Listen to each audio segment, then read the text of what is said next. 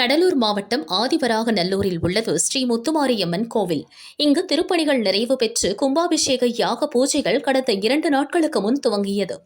தொடர்ந்து யாகத்தில் வைக்கப்பட்ட புனித நீரை சிவாச்சாரியார்கள் கோவில் கோபுரங்களில் ஊற்றி கும்பாபிஷேகத்தை வெகு விமரிசையாக நடத்தி வைத்தனர். திரளான பக்தர்கள் பங்கேற்று தரிசனம் செய்தனர்.